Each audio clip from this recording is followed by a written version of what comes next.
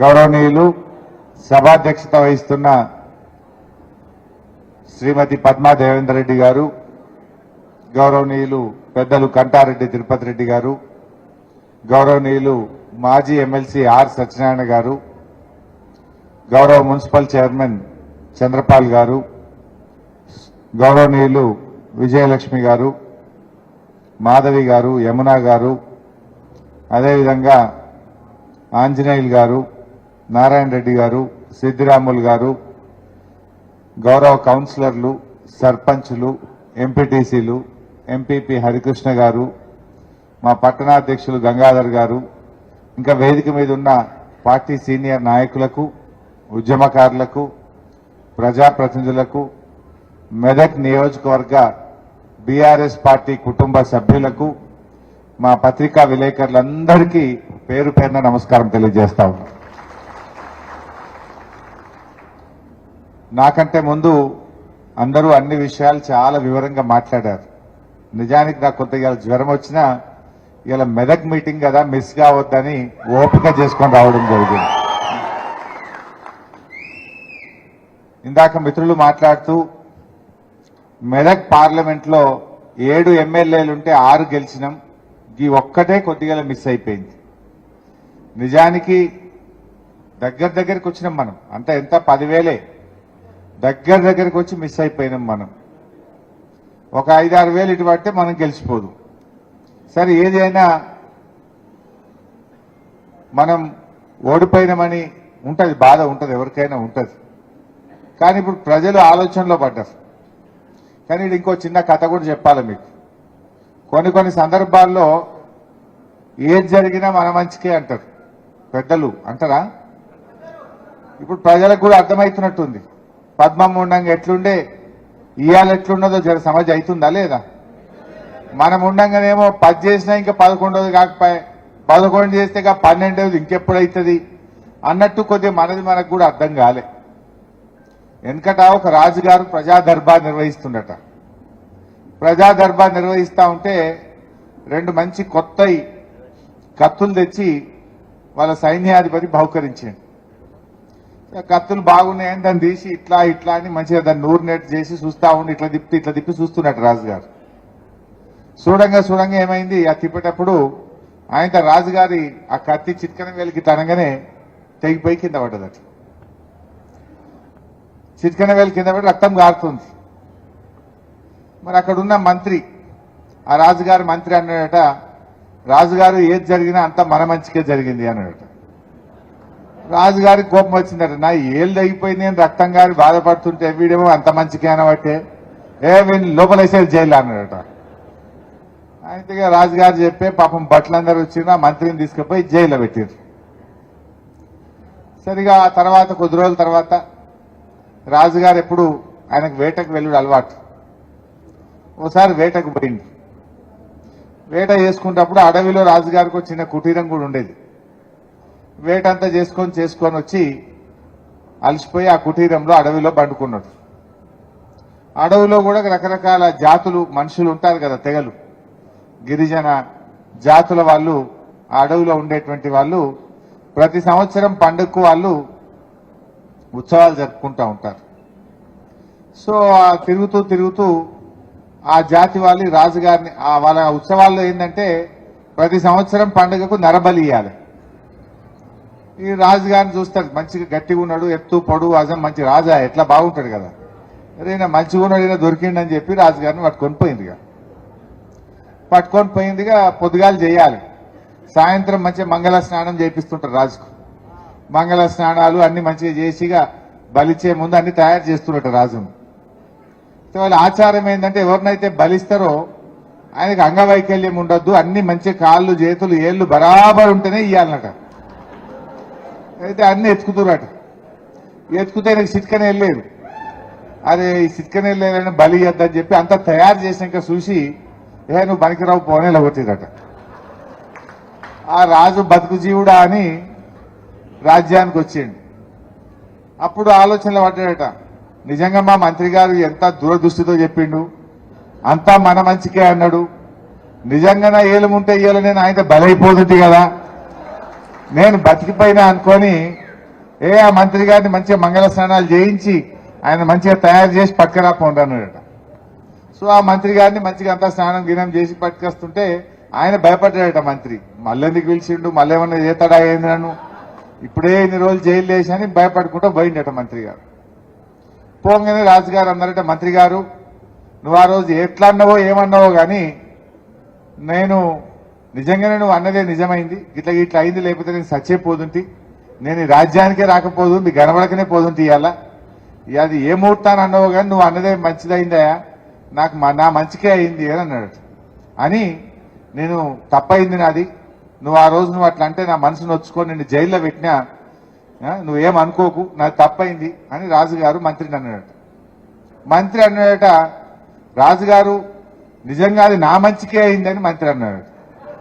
అగు నీ మంచికి ఎట్లా అయిందా అని రాజు అడిగిండట.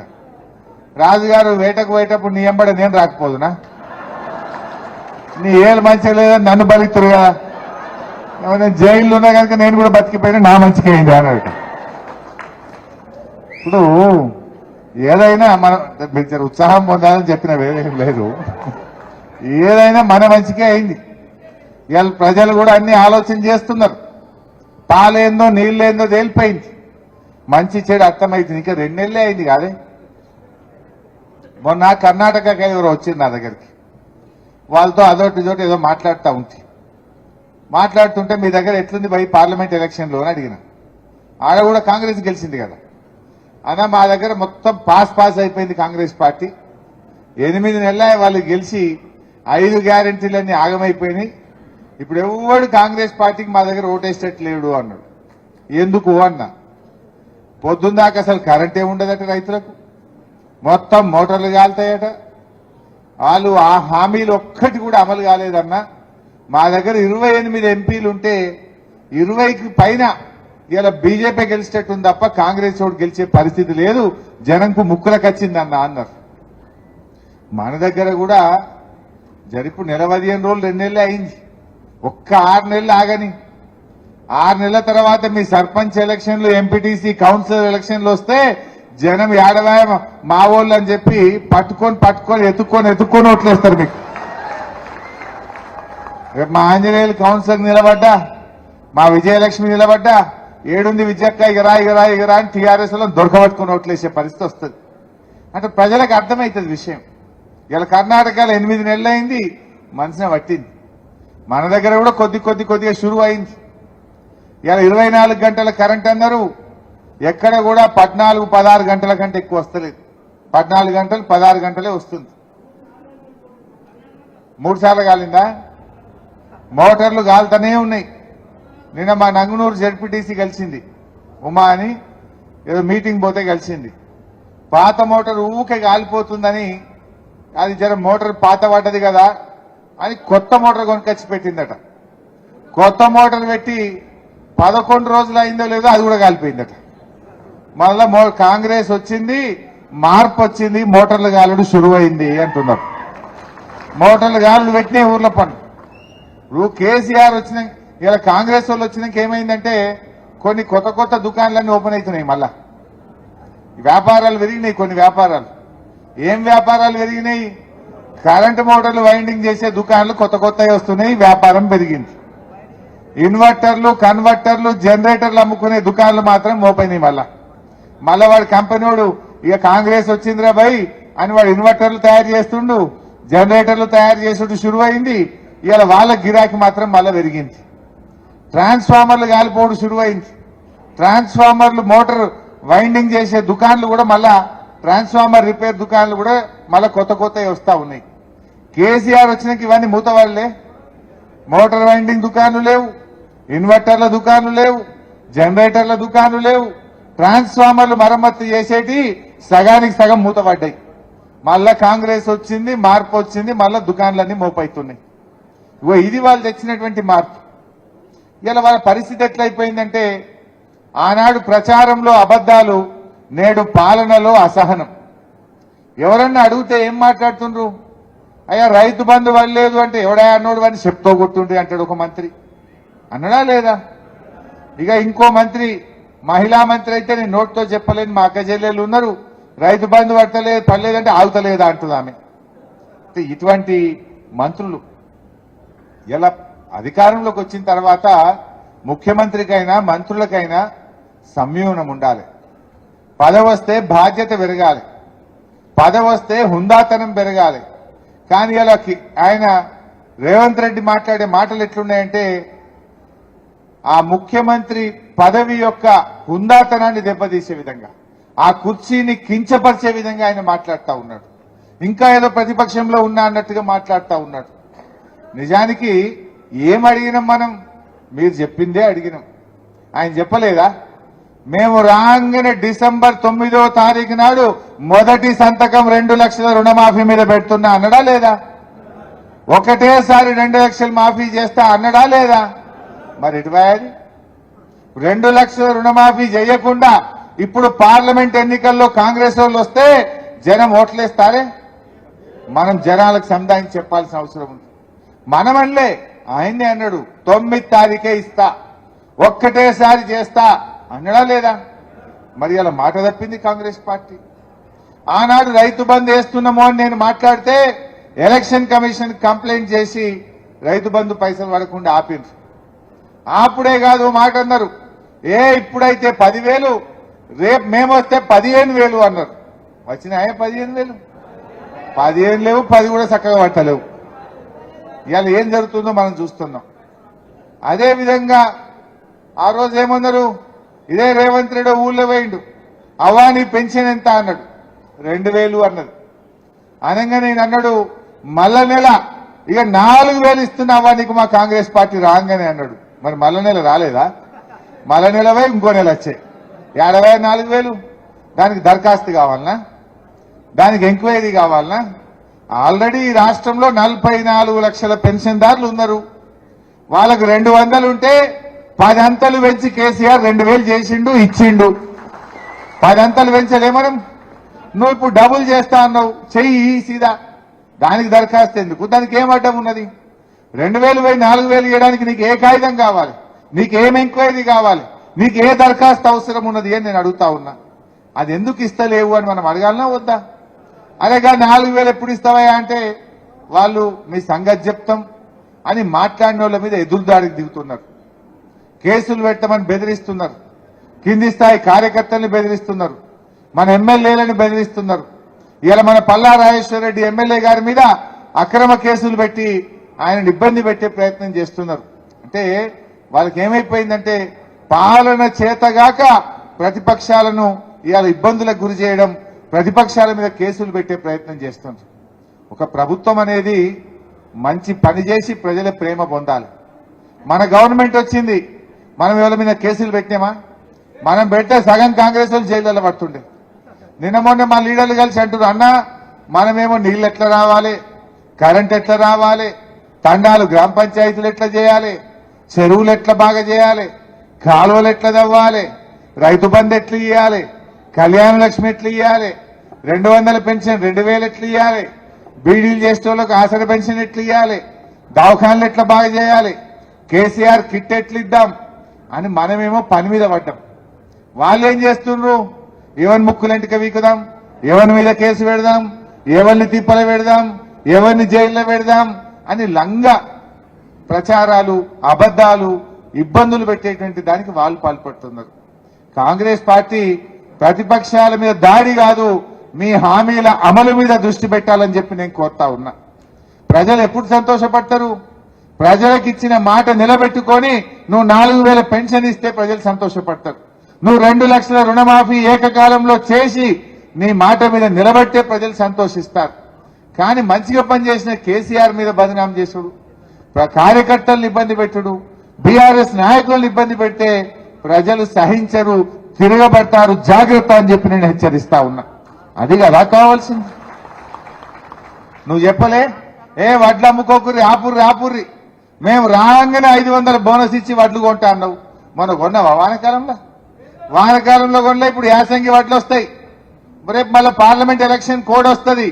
మళ్ళీ రేపమంటావు అరే ఎలక్షన్ కోడ్ వచ్చింది బోనస్ ఇయ్యరాదని మళ్ళీ చేతులు లావడతావు. నీకు ప్రేమ ఉంటే, చిత్తశుద్ధి ఉంటే వడ్లకు బోనస్ ఇచ్చే జీవో పార్లమెంట్ ఎన్నికల కోడ్ రాకముందు ఇప్పుడే ఇవ్వండి అని చెప్పి నేను డిమాండ్ చేస్తా ఉన్నా. పార్లమెంట్ ఎన్నికల లోపు వడ్ల బోనస్ మీద జీవో ఇయ్యి, ఈ నెల 4,000 పెన్షన్ ఇయ్యి, ఇప్పుడే 2 లక్షల రూపాయల రుణమాఫీ, నువ్వు ఇచ్చిన మాట ప్రకారంగా డిసెంబర్ 9కి ఇస్తా అన్నావు, కనీసం ఇప్పుడైనా ఇవ్వమని చెప్పి నేను అడుగుతా ఉన్నా. ఇవి అడిగితే దాడికి దిగే ప్రయత్నం చేస్తున్నారు. ప్రజలకు ఏం కావాలి? మనం చెప్పింది చేయలేదా? మనం చెప్పింది చేసినాం, చెప్పని కూడా చేసినాం. కళ్యాణ లక్ష్మి ఓట్లప్పుడు చెప్పినామే మన మేనిఫెస్టోలో ఉన్నదా? లేకున్నా 11 లక్షల మంది ఆడపిల్లల పెళ్లిళ్లకు ₹1,00,000 చొప్పున సాయం చేసింది మన ప్రభుత్వం. ఇంటింటికి మంచినీళ్ళు ఇస్తామని ఓట్లల్లో చెప్పినామా ఓట్లల్లో చెప్పకపోయినా అసెంబ్లీలో చెప్పిండు. మంచినీళ్ళు ఇవ్వకపోతే మళ్ళా ఎన్నికల్లో ఓట్లే అడిగా అని చెప్పిన దమ్మున్న నాయకుడు కేసీఆర్. రైతు బంధు ఇస్తామని ఓట్లప్పుడు చెప్పినామా ఓట్లలో చెప్పలే. కానీ రైతులకు సేవ చేయాలనుకున్నాడు. రైతుల కోసం రైతు బంధు పథకాన్ని పెట్టిండు మన కేసీఆర్. అంటే మనం ఎన్నికల్లో చెప్పినవి చేసినాం, చెప్పని కూడా చేసినాం. 4 కిలోల బియ్యం ఉంటే 6 కిలోలు చేసినాం పేదలకు. కరోనా వస్తే 10 కిలోల బియ్యం ఇచ్చినాం పేదలకు. మళ్ళా గెలిస్తే ఈసారి సన్న బియ్యం ఇవ్వాలనుకున్నాం. కానీ వీళ్ళు ఉన్న బియ్యం బంద్ చేసినట్టు కనబడతా ఉన్నారు. వీళ్ళు వాస్తవాలు చెప్పాలి, వాళ్ళు ఇచ్చిన మాట నిలబెట్టుకోవాలి. కానీ వాళ్ళు ఇవన్నీ కూడా గమనిస్తే ఏం కనబడుతుందంటే కాంగ్రెస్ వాళ్ళది ఇట్లా చెప్పి చెప్పి చెప్పి మెల్లగా పార్లమెంట్ ఓట్లు కాగానే అయ్యో మేము లంకె బిందెలు ఉన్నాయి అనుకున్నాం, కానీ ఈడ ఖాళీ బిందెలు ఉన్నాయి, ఇక మాత్రం కాదని చేతులు లావట్టేట్టున్నారు. వీళ్ళు ఏంది దేనికి తయారు చేస్తున్నారు? ఓట్లు అయిపోయినాక మెల్లగా అంత ఈడ లంకె బిందెలు లేవు, అంత ఖాళీ ఉన్నది, ఇక మాత్రం కాదు అని చేతులు లావట్టేందుకు ఇదంతా కథ వంటకం వండుకొస్తున్నారు. అర్థమైతే లేదా గాయంత మనకు? ఇప్పుడు ఓట్లు ఉన్నాయని చెప్పారు అంతే. ఓట్లు కాగానే మెల్లగా చేతులు లావట్లేదు. ఇక్కడ మేము సెక్రటరియట్ లంకె బిందెలు ఎంత ఎత్తికినా దొరుకుతలేవు. ఉంటాయి అసలు లంకె బిందెలు? సెక్రటరియట్ లో ఫైళ్లు ఉంటాయి, కంప్యూటర్లు ఉంటాయి కదా. లంకె బిందెలు ఆడుంటాయి మెదక్ కిల్ల పొన్ననో లేకపోతే గట్లా ఏదైనా బూత్ బంగ్లాలో బాడుపడ్డ బంగ్లాలలో రాత్రిపూట చదువుతుంటారు కొంతమంది. అవునా? మరి ఈయనకెందుకు అనుమానం వచ్చిందో నాకు డౌట్ వస్తుంది. ఇవన్నీ మనకు అర్థమవుతున్నాయి ఈరోజు. దయచేసి మనం ఆలోచించాలి. నిజంగా ఇలా ప్రజల్లో చర్చ స్టార్ట్ అయింది. నిజంగా 4,000 పెన్షన్ రాలే కదా, బోనస్ రాలే కదా, వచ్చిందా? 2,500 అక్క చెల్లెలకు ఇస్తానని వచ్చినాయా? ఇవాళ తెలంగాణలో 1,52,00,000 మంది అక్క చెల్లెళ్ళు 18 ఏళ్లు నిండిన వాళ్ళు ఉన్నారు. మరి వాళ్ళందరికీ 1,52,00,000 మందికి నువ్వు నెలకు 2,500 ఇస్తా అన్నావా లేదా? గది ఇయ్యాలి కదా. మరి గది ఇయ్యమంటే అగో హరీష్ రావు నన్ను అడుగుతావా అంటుడు. మరి నువ్వే అన్నావు ఇస్తా అన్నావు కనుకనే ఇవ్వమంటున్నా. నీ 100 రోజులు ఎప్పటిలోగా అవుతుంది? మార్చి 17వ తారీఖు వరకు 100 రోజులు అవుతున్నది. ఏప్రిల్ మొదటి వారంలో ఓట్లు ఉంటాయి.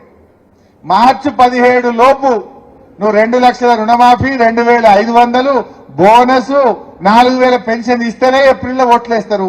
ఇయ్యలేదనుకో ఇదే ప్రజలు మళ్ళా కర్రు గాల్చి కాంగ్రెస్ పార్టీకి వాత పెట్టేది ఖాయం. మీరు కూడా చర్చ పెట్టాలి. మార్చి 17కు 100 నిండుతున్నది. 100 డెడ్ లైన్. 50 రోజులు ఇయ్యద్దని రూల్ ఉంది ఏమన్నా? 40 రోజులకు ఇయ్యద్దని వాళ్ళని ఆపుతుర్రా అయింది నిన్ను? రేవంత్ రెడ్డి ఇంకా 100 నిండలే వద్దని నిండే వాళ్ళు ఆగబడుతుర్రా? ఇప్పుడు 100 ఈజ్ యువర్ డెడ్ లైన్. నువ్వు 30కి 40 రోజులకి 50, ఇప్పుడే ఆల్రెడీ 60 రోజులకు వచ్చింది, 2 నెలలకు దాటింది, దగ్గర 2 నెలలకు రానే బట్టే ఇవి. మరి ఇప్పుడు ఎందుకు వద్దంటున్నాం అంటే ఇదంతా కూడా వాళ్ళకు గోబల్స్ ప్రచారం చేసింది. బడ్జెట్ సరిపోదని తెలిసి కూడా, బడ్జెట్ లేదని తెలిసి కూడా ప్రజలను ఆశపెట్టి మభ్యపెట్టి ఇవాళ ప్రజలను మోసం చేసినటువంటిది ఇవాళ కాంగ్రెస్ పార్టీ. కానీ మనం కూడా గమనిస్తా ఉన్నాం. అదే ప్రజలు తప్పకుండా ఇవాళ కేసీఆర్ అన్నమాట మీద నిలబడ్డారు. ఇప్పుడు ఆనాడు కరోనా వచ్చింది. కరోనా వస్తే 45 రోజులు లాక్డౌన్, ఖజానాలో పైసలు లేవు, ప్రభుత్వానికి ఆదాయం లేదు. మరి ఆ రోజు కూడా రైతు బంద్ వేయాల్సి వస్తే కేసీఆర్ వేసిండా లేదా? కరోనా వచ్చిన కష్టకాలములో ఎమ్మెల్యేల మంత్రుల జీతాలు ఆపిండు, బిల్లులు ఆపిండు, రైతులకు మాత్రం పంటకు సకాలంలో రైతు బంద్ ఇచ్చిండు మన కేసీఆర్. మరి వీళ్ళకెందుకు అంత ఇబ్బంది అవుతున్నది? మీ ప్రాధాన్యత ఏంది? దేశానికి అన్నం పెట్టే రైతు ముఖ్యమా, నీకెవరు ముఖ్యమో అని నేను అడుగుతా ఉన్నా. కరోనా లాంటి కష్టకాలంలో కేసీఆర్ ఇవ్వగలిగినప్పుడు మీరెందుకు ఇవ్వలేకపోతున్నారు అని చెప్పి నేడు ఈ కాంగ్రెస్ ప్రభుత్వాన్ని అడుగుతా ఉన్నా. ఇవన్నీ కూడా మీరు చర్చ పెట్టాలి గ్రామాల్లో. దయచేసి ప్రజల దగ్గర తండాలకు పోండి. తండాలకు మనం ఏం తక్కువ చేసినాం, వాళ్ళకి అన్ని అబద్ధాలు చెప్పిండ్రు వీళ్ళు. తండా ప్రజల దగ్గర కూర్చొని మంచిగా వాళ్ళకి అర్థమయ్యేటట్టుగా చెప్పండి. ఇలా మన కేసీఆర్ తండాను గ్రామ పంచాయతీ చేసిండు. తండాలో ఇంటింటికి నల్లబెట్టి నీళ్లు తాగిపించిండు. తండాలో గల్లీ గల్లీకి సీసీ రోడ్ వేసిండు. తండాలో చదువుకునే పిల్లలకు విద్యా ఉద్యోగాల్లో 10% రిజర్వేషన్ ఇచ్చిండు. మరి ఇంత మంచిగా చేసిన కేసీఆర్ ను మనం కాపాడుకోవాలని చర్చ పెట్టండి. తండాల్లో పోయి తండా ప్రజల్లో చర్చ పెట్టండి. ఇవాళ దళిత బంధు మా ఎస్సీ కాలనీలో కూడా మాట్లాడండి. కేసీఆర్ ఉంటే ఏడాదికి కొంతమందికి వచ్చు, మెల్లమెల్లగా అందరు బయట పడుదురు. ఇప్పుడు వాళ్ళు ఉన్నే బంధు పెట్టిండు. ఆల్రెడీ ఇచ్చిన దళిత బంధు బ్యాంకుల డబ్బులు పడితే బ్యాంకులో పడ్డ పైసలను కూడా ఫ్రీజింగ్ లో పెట్టి దళితుల ఉసురు పోసుకుంటున్నది ఇలా కాంగ్రెస్ పార్టీ. నేను అడుగుతా ఉన్నా, ఆల్రెడీ మంజూరైంది, ఆల్రెడీ డబ్బులు ఇచ్చిండు కేసీఆర్, దాన్ని ఎందుకు ఫ్రీజింగ్ లో పెడుతున్నారు అని నేను ఇలా కాంగ్రెస్ పార్టీని అడుగుతా ఉన్నా. దయచేసి ఇప్పటికే ఇచ్చిన దళిత బంధు లబ్ధిదారులకు వెంటనే 10 లక్షల రూపాయలతో ఆ యూనిట్లు గ్రౌండ్ చేయించాలని చెప్పి నేను కాంగ్రెస్ పార్టీని డిమాండ్ చేస్తా ఉన్నా. ధర్నాలు చేస్తున్నారు వాళ్ళు. పాపం మా గొల్ల కుర్మలకు డీడీలు కట్టింది గొర్రెల కోసం. ఇప్పుడు డీడీలన్నా వాపస్ ఇయ్యండి, గొర్రెలన్నా ఇయ్యండి, మీరు ఇస్తామన్నా 2 లక్షలన్నా ఇయ్యండి. ఇవన్నా వద్దా? వాళ్ళే చెప్పిన మేము 2 లక్షలు ఇస్తాం, సీదా ఇస్తామన్నారు. ఇప్పుడు మీరు వచ్చి 2 నెలలైనా ఆ డీడీలు ఇస్తలేరు, గొర్రెలు ఇస్తలేరు. మీరు ఇస్తామన్న 2 లక్షలు కూడా ఇవ్వకుండా ఇవాళ యాదవులను కూడా ఉసురు పోసుకుంటున్నటువంటి పరిస్థితి ఉంది.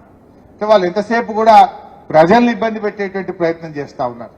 నిజంగా మన మెదక్కు ఆ రోజు కేసీఆర్ గారు వచ్చినప్పుడు జిల్లా కలెక్టరేట్ ప్రారంభం చేసుకొని 50 కోట్లు మెదక్ పట్టణానికి ఇచ్చిండు కేసీఆర్. 100 కోట్లు ఏడుపాయల అమ్మవారికి ఇచ్చిండు మన కేసీఆర్. మన మెదక్కు రింగ్ రోడ్ శాంక్షన్ చేసిండు కేసీఆర్. నేను గెలిచిన ఎమ్మెల్యే గారిని కోరుతా ఉన్నా, మరి శాంక్షన్ అయి వచ్చిన పైసలు ఎవరైనా వాపసు కూడా కొడతారా?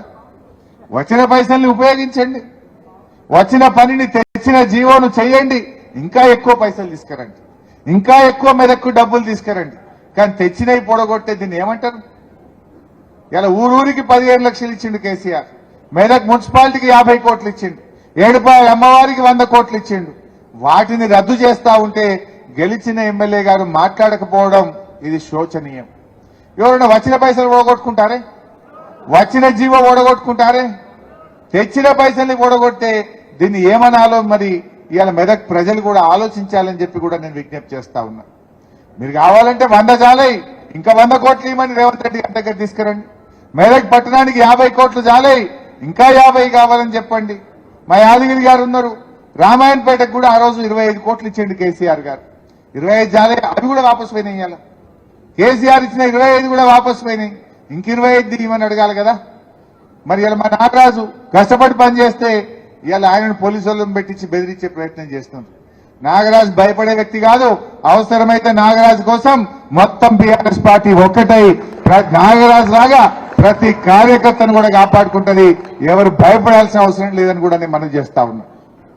ఇవాళ 28 తండాలకు మనం రోడ్లు శాంక్షన్ చేయించినాం.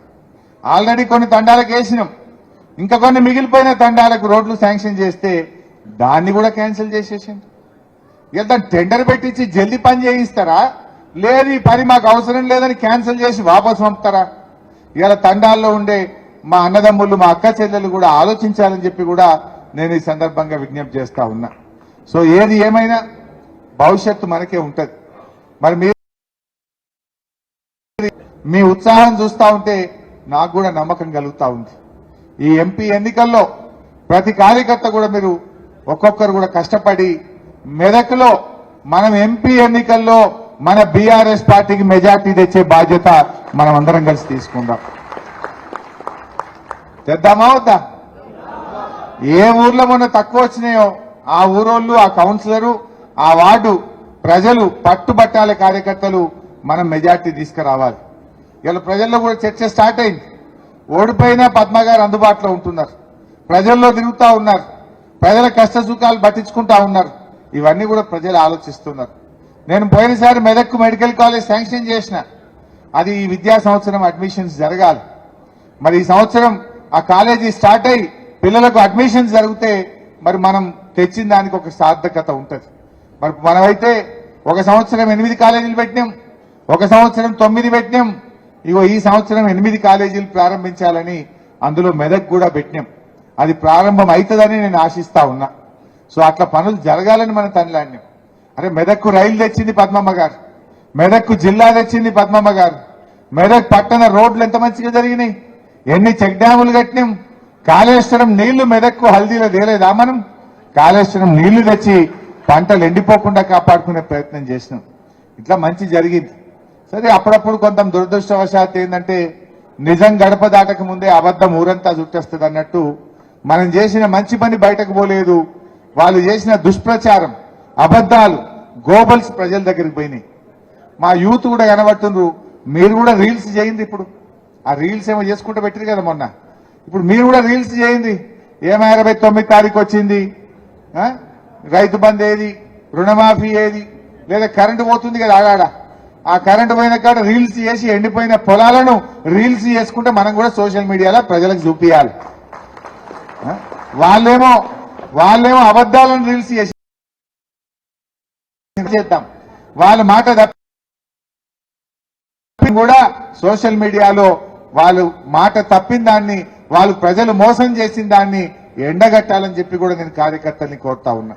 బట్ ఫైనల్ గా నేను చెప్పేది ఒక్కటే, ఎవరు అధైర్యపడకండి. ఏ కార్యకర్త కష్టం వచ్చినా పార్టీ అన్ని రకాలుగా మీకు అండదండలు అందిస్తుంది, మిమ్మల్ని కాపాడుకుంటాం. ఇప్పుడు చీకటి పోయినాక ఏమొస్తుంది? ఓటమి పోయినాక వచ్చేదేందే? గెలుపు. పోయినాక పొద్దుగాల తెల్లారాల్సిందే కదా, రాత్రి అయిందంటే పొద్దున వెళ్తురు రావాల్సిందే. ఓటమి తర్వాత వచ్చేది గెలుపు. ఖచ్చితంగా గెలుపు వస్తుంది. మెదక్లో మళ్ళా మనం గులాబీ జెండా ఎగిరేస్తాం. ఇది ఒక చిన్న స్పీడ్ బ్రేకర్ లాంటిది. స్పీడ్ బ్రేకర్ ఉంటే బండి మెల్లగైతుందా లేదా? అది దాటినాక ఏమవుతుంది? మళ్ళా పికప్ అయి మళ్ళీ స్పీడ్ గా పోదా? గ్యారంటీగా స్పీడ్ బ్రేకర్ దాటాం, మళ్ళా మన బీఆర్ఎస్ పార్టీని పికప్ తీసుకుంటాం, మెదక్ మీద గులాబీ జెండా ఎగిరేసుకుంటాం. సో మీరు కూడా ఏం అధైర్యపడకండి, భయపడకండి.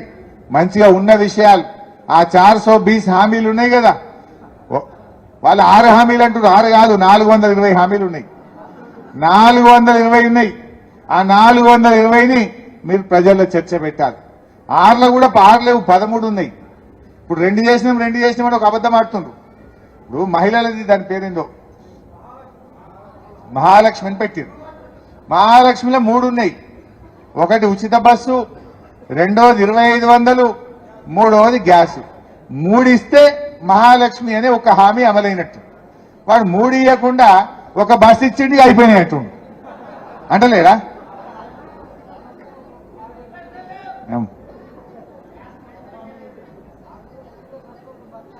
బస్సు కూడా మా అక్క అంటుంది, విజయక్క, బస్సులందరూ కొన్ని బస్సులు బంద్ పెట్టిరట. ఇదివరకు రామాయణపేట మెదక్కు రోజు 15-20 ట్రిప్పులు నడితే ఇప్పుడు 5 ట్రిప్పులు 10 ట్రిప్పులే నడుపుతారు. అంటే బస్సులు ట్రిప్పులు కమ్మి చేసింది. కొన్ని ఊర్లకు బస్సులు బంద్ అవుతున్నాయి. మళ్ళీ ఇలా ప్రజలకు ఇబ్బంది పెడుతున్నారు. కర్ణాటకలో అట్లనే చేసిరట. ఒక 3 నెలలు నడిపిరట. రోజు 10 ట్రిప్పులు నడిచే కాడ 5 ట్రిప్పులు చేసిరట. అంటే ఇక కొండ నాలుకకు మంది వేస్తే ఉన్న నాలుక పోయింది అన్నట్టు. ఇవాళ వీళ్ళు మెల్లమెల్లగా అటువైపు పోతున్నారు. మరి ఊక్కునేది లేదు. గట్టిగా వీళ్ళని పోరాటం చేద్దాం. కాంగ్రెస్ పార్టీ మెడలు వంచి ప్రజల పక్షాన ఇచ్చిన హామీ అమలు చేసేదాకా బీఆర్ఎస్ పార్టీ పోరాటం చేస్తుంది. ఊకుంటాం అసెంబ్లీలో? మొన్న 2 రోజులైంది. గట్టిగా అడిగినవా లేదా అసెంబ్లీలో? ఆయన అన్ని అబద్ధాలే. ఏమన్నారు అప్పుడు? అదేంటి, ఆ ప్రగతి భవన్లో 150 బెడ్రూమ్లు ఉన్నాయన్నారు, స్విమ్మింగ్ పూల్ ఉన్నదన్నారు, ఏందో చెప్పారు. మొన్న అసెంబ్లీలో అడిగిన బట్టి విక్రమార్క ఉప ముఖ్యమంత్రి గారు పోయి ఆ ప్రగతి భవన్ ఉంటుండు. బట్టి గారు, ఇప్పుడు నువ్వే ఉంటున్నావు కదా ప్రగతి భవన్లా, కేసీఆర్ కట్టిన దాంట్లో, ఇప్పుడు చెప్పు ఇక ఎన్ని బెడ్రూమ్లు ఉన్నాయో, స్విమ్మింగ్ పూల్ ఉన్నదో జర చెప్పవా బట్టి గారు. మొన్నటిదాకా మస్తు చెప్తుంది కదా అంటే మంచిగా నవ్వుతున్నాడు. ఇక కిందికి తలకాయ పెట్టి నవ్వుతుండే తప్ప లేచి చెప్తలేడు. నిజం ఉంటే చెప్పాలనా వద్దా? ఎన్నున్నాయో బయటకు వచ్చి చెప్పద్దా? బంగారు బాత్రూమ్ లాంటివి, స్విమ్మింగ్ పూల్ లాంటివి వీడియో తీసి చూపియనుంటివి బయటకు. ఏడవైనవన్నీ అంటే ఎన్ని జూటా మాటలు, ఎన్ని అబద్ధాలు చెప్తారు అనడానికి ఇవన్నీ ఒక ఉదాహరణ అని చెప్పి నేను మనవి చేస్తాను. అప్పట్లో దావోస్ పోయి మన కేటీఆర్ గారు పెట్టుబడులు తెస్తే దావోస్ పోడు దండగా పైసలు ఖరాబ్ అన్నారు. మరి ఇప్పుడు ఇద్దరు పోయిరా లేదా వీళ్ళు గుంపు మేస్త్రి గిట్ట మరి మీరు ఎందుకు పోయిన మీరు దండగా అన్నట్ట మరి అంటే మేం చేస్తే దండగా మీరు చేస్తే మంచిదా అంటే వాళ్ళ నోటికి మొక్కాలిగా అన్ని రకాల అబద్ధాలు చెప్పే ప్రయత్నం చేసింది ఇవాళ విషయాలు అర్థమవుతున్నాయి ఒకటొకటిగా ప్రజలకు అర్థమవుతున్నాయి అందువల్ల మనం చాలా కష్టపడ్డ పార్టీ మనది ఏమి కానే కాదు రానే రాదన్న తెలంగాణ తెచ్చిన కేసీఆర్ మనతో ఉన్నాడు కాదా ఇవాళ నమ్మిందా కేసీఆర్ తెలంగాణ తెస్తా అంటే కేసీఆర్ తెలంగాణ తెచ్చిండు కనుకనే ఈ రేవంత్ రెడ్డి అంటే అని ఇలా ముఖ్యమంత్రి అయింది లేకపోతే నేను అవుతుండే ఆంధ్రప్రదేశ్లో అది కేసీఆర్ పెట్టిన భిక్ష కదా ఆంధ్రప్రదేశ్లో వీళ్ళు ఐదురా మళ్ళా కదే చంద్రబాబు నాయుడు ఉంటుండే కదా లేకపోతే ఇంకా జగన్మోహన్ రెడ్డి గారు ఉంటుండే కావచ్చు ఇవాళ తెలంగాణ వస్తేనే కదా నువ్వు అది కేసీఆర్ పెట్టిన భిక్ష నీకు కేసీఆర్ సాగు నోట్లో తలబెట్టి తెలంగాణ తెచ్చిండు కనుక ఇవాళ తెలంగాణ కొద్దిగా పచ్చబడ్డది తెలంగాణ రాష్ట్రం అయింది ఇవన్నీ కూడా ప్రజలు గమనిస్తా ఉన్నారు మనం కూడా మన జాగ్రత్త మనం కూర్చోవద్దు ఇప్పుడు చాలా విషయాలు పద్మ మాట్లాడింది ఆంజనేయులు గారు మాట్లాడినరు తిరుపతి అన్న మాట్లాడినరు నేను మాట్లాడినా మీకు సమజ్ అయింది కదా ఈ ముచ్చట మీరు ఊర్లలో ముచ్చట పెట్టద్దా కసీర్ కాడ కూర్చున్న కాడనో బీట్ కాడనో నాట్లు పడే కాడనో 10 మందిలో కూర్చున్న కాడ బస్సులో పోగానో బస్సుల పక్కపొంటలతో ముచ్చట పెట్టద్దా మనం ప్రజలలో మనం ఎండగట్టాలనా వద్దా వాళ్ళు చేయలేదా దుష్ప్రచారం వాళ్ళేమో అబద్ధాలు చెప్పిన మనం నిజాలు చెప్పుదాం ఉన్నది చెప్పుదాం వాస్తవాలు చెప్పుదాం ప్రజల్లో చర్చ పెడదాం ఎక్కడికక్కడ మనం ప్రజల్లో చర్చ పెడితే అదే ప్రజలు మళ్ళీ మన కేసీఆర్ వైపు వాళ్ళే వస్తారు మళ్ళీ అధికారం ఇస్తారు అని చెప్పి నేను మనం చేస్తా ఉన్నాం సో మిత్రులారా మరి ఈ స్ఫూర్తిని కొనసాగిద్దాం దయచేసి కార్యకర్తలందరూ కూడా మీ గ్రామాల్లో వార్డుల్లో పార్లమెంట్ ఎన్నికల కోసం ఇప్పటి నుంచి సమాయత్తం కావాలి 4000 పింఛన్ రాలే కదా ఆ వృద్ధుల దగ్గరికి పోయి అవ్వా మరి 4000 ఇయ్యలే వీళ్ళు కాంగ్రెస్ వాళ్ళు అని మనం గట్టిగా చెప్పాలి కేసీఆర్ 5000 ఇస్తా అన్నాడు మనం 200 1000 అంటే 1000 చేసినాం 1000ని 2000 అంటే 2000 చేసినాం మనమేమో మాట మీద నిలబడ్డాం వీళ్ళు మాట తప్పిందని చెప్పి ఆ పెన్షన్దారులకు మనం గట్టిగా చెప్పాలి పార్లమెంట్ ఎన్నికల్లో మన దిక్కు తిప్పుకోవద్దా అక్క చెల్లెలకు 2500 ఇస్తామన్నారు ఇయ్యలేదు 2500 అని చెప్పాలి వాళ్ళని కూడా మంచిగా సంజాయించి మన బీఆర్ఎస్ కు మన కారు కోటేసేటట్టు మనం చేసుకోవాలి 2 లక్షల రుణమాఫీ చేయలేదని చెప్పి రైతులందరినీ ఒకటి చేయాలి బోనస్ ఇయ్యలేదని రైతులను ఒకటి చేయాలి వాళ్ళందరినీ మన వైపు తిప్పుకునేటట్టుగా మీరు చిన్నగా ప్రయత్నం స్టార్ట్ చేయాలి సో అట్లా మనకి మంచిగా పోదాం రాబోయే రోజుల్లో మీకు ఎక్కడ ఏ ఊర్లో ఇబ్బంది వచ్చినా